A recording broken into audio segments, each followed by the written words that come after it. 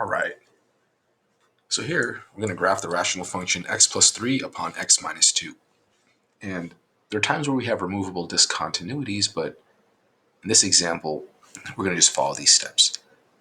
So I'm going to set the denominator equal to 0 and solve the equation. That's the first step I do. And so I get x equals positive 2. And vertical asymptotes are dashed vertical lines. So at x equals 2, I'm going to draw a dashed vertical line. And that also satisfies the equation x equals 2. Great, and that's step 1, that's it. Step 2 is I'm going to find the horizontal asymptotes. How am I going to do that? I'm going to divide the leading term of the numerator by the leading term of the denominator. So x divided by x is just 1. And that's going to be a horizontal dashed line. So at the height of 1, right, I'm going to draw a horizontal dashed line. I can also say it as y equals 1. So I have my horizontal and my vertical asymptotes. An important thing to note is that these asymptotes kind of are organizational tools to show you what the graph approach is. Points don't even lie on the vertical asymptote. And usually they don't lie on the horizontal asymptote. So let's do step 3. We're going to find the zeros. How do we do that? So this is essentially y as well. We're going to set y equal to 0 and solve the equation. So 0 equals x plus 3 upon x minus 2. Now the easiest way to do it isn't 0 divided by anything equal to 0? So I'm just going to set this numerator equal to 0 and solve. And of course I get x equals negative 3. Now, zeros are points on the graph, so I'm going to place a point right here.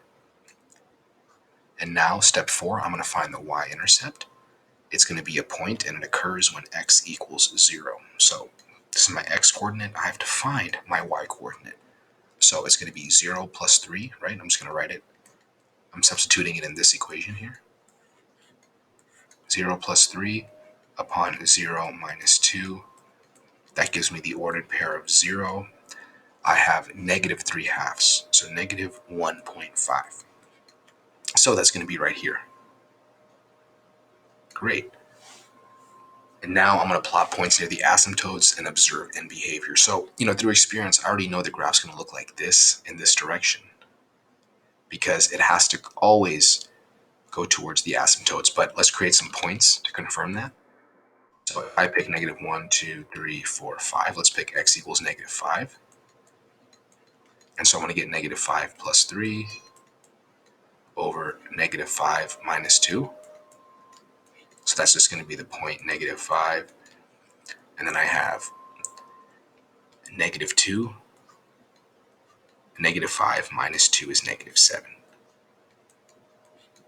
Okay, so I have negative 5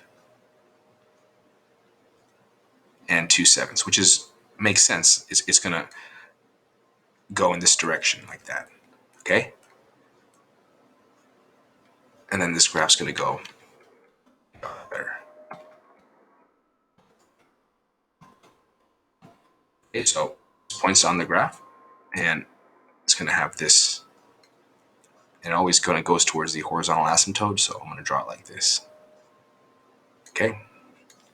It's going to get closer and closer to this dashed line. Great. Now, what happens in this direction? Well, let's pick x equals 1. Okay?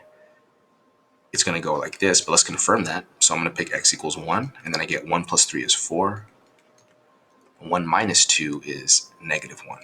So I get 1, comma, negative 1, 2, 3, 4. Okay, so we've confirmed it through points. The graph's going to look like this, okay? It always kind of hugs the asymptotes. Great. Guess I can draw that a little better. Okay, so it's going to have that kind of nature to it. All right. Now let's see what goes on the right side of the vertical asymptote. Let's pick the point x equals 1, 2, 3. So if I pick the point x equals 3, I'm going to look at this. 3 plus 3 is 6, and 3 minus 2 is 1. So I get the point 3 comma 6. Okay? So it's clearly going to have this nature to it as well. It's going to go at going to get closer and closer and closer to this asymptote in this direction.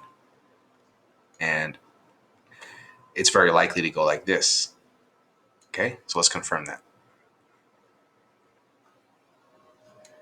Let's confirm that by picking the point x equals 1, 2, 3, 4, 5, 6, 7. So if I pick the point x equals 7, 7 plus 3 is 10, 7 minus 2 is 5. So I get the point 7, 2. Right, which is exactly here. So that's kind of how these graphs behave. You want to remember the parent function. If y equals 1 over x, that's going to help you graph these basic ones. Okay, I'll do videos of more complicated examples. So remember, 1 over like a million is really small. It's going to have this nature to it. Okay, so it kind of was very similar to the parent function in terms of its overall structure. Okay, so let's follow these steps. We're going to find the vertical asymptote. We're going to find the horizontal asymptotes. We're going to find the zeros. We're going to find the y-intercept, and then we're going to find points to really understand the behavior. Okay, good job. Let me just draw the arrows here. All right, this is the graph.